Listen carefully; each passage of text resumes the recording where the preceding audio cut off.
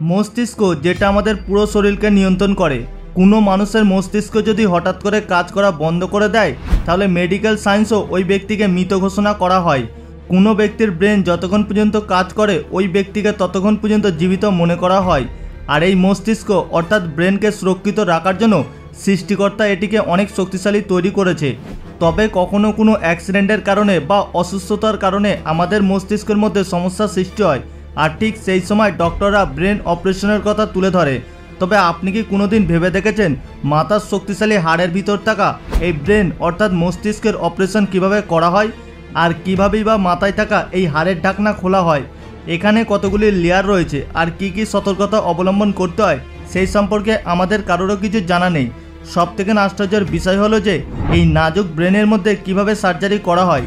তবে মস্তিষ্কের অপারেশন করার সময় যদি ডক্টরের দ্বারাই কোনো ভুল হয়ে যায় তাহলে ওই ব্যক্তির সঙ্গে কি কি ঘটবে বা ওই ব্যক্তির কি কি অসুবিধা হবে সেই সম্পর্কে কিছু বিস্তারিত তথ্য দিতে চলেছি। ব্রেন অপারেশন থেকে শুরু করে ব্রেনের সঙ্গে যুক্ত আরও অন্যান্য সকল তথ্যগুলি আজকের ভিডিওতে বিস্তারিত জানতে চলেছেন, তাই এই ভিডিওটি শেষ পর্যন্ত আমার সঙ্গে যুক্ত থাকবেন। চলুন শুরু করা যাক।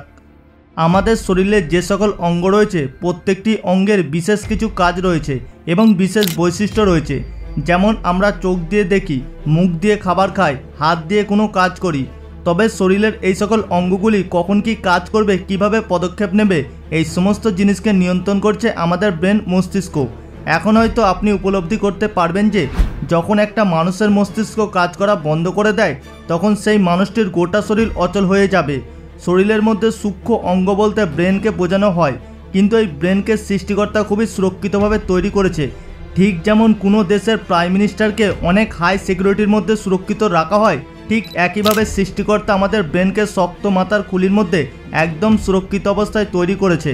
তবে যদি কখনো মাথার মধ্যে আঘাত লাগে বা টিউমারের সৃষ্টি হয় তাহলে সেটিকে ঠিক করার জন্য ডক্টররা সর্বপ্রথম মেডিসিনের সাহায্যে ট্রিটমেন্ট করা শুরু করে।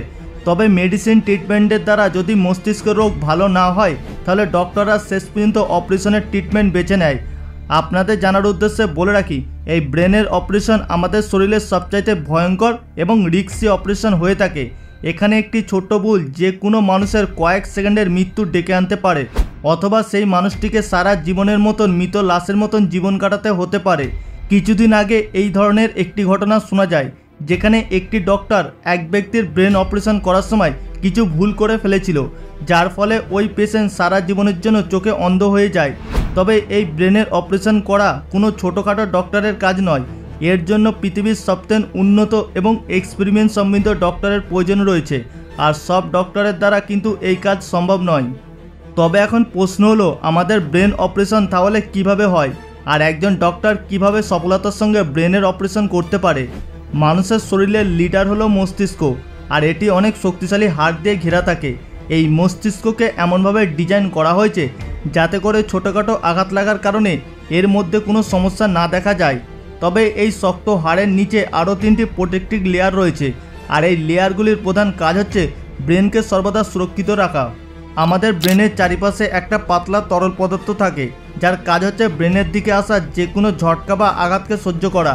ব্রেনের অপারেশন করার আগে একজন নিউরোসার্জন বেহুশ করার জন্য সর্বপ্রথম ইনজেকশন দেয়, যার ফলে আমাদের গোটা শরীর কয়েক মিনিটের মধ্যে সম্পূর্ণ বেহুশ অবস্থায় চলে যায়, আর এমন অবস্থায় আমরা কোনো কিছু অনুভব করতে পারি না।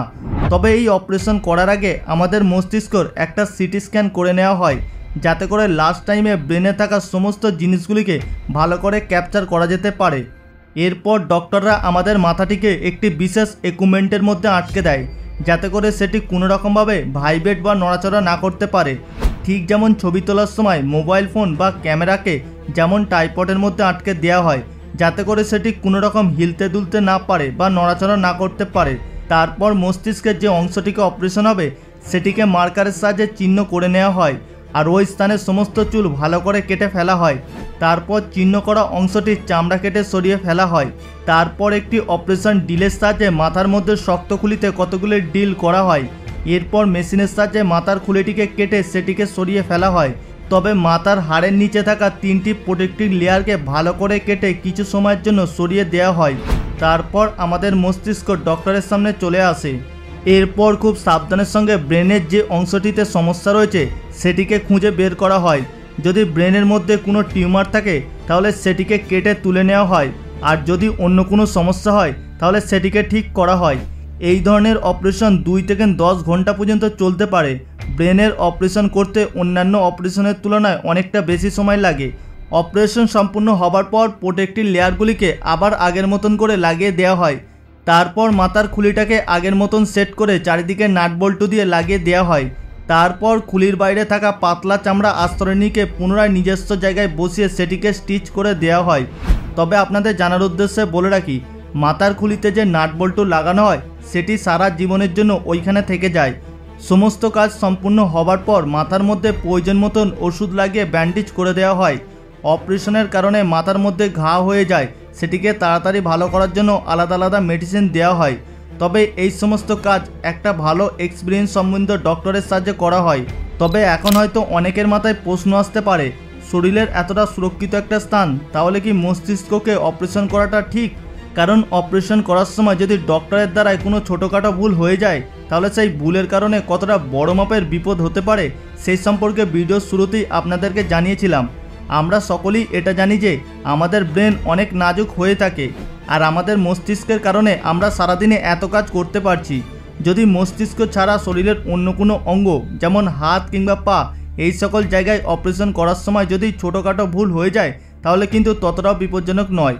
এই সকল স্থানে কোনো গড়বড় হওয়ার পরেও আমরা জীবিত থাকব, কিন্তু ব্রেনের ক্ষেত্রে ব্যাপারটা খুব সিরিয়াস।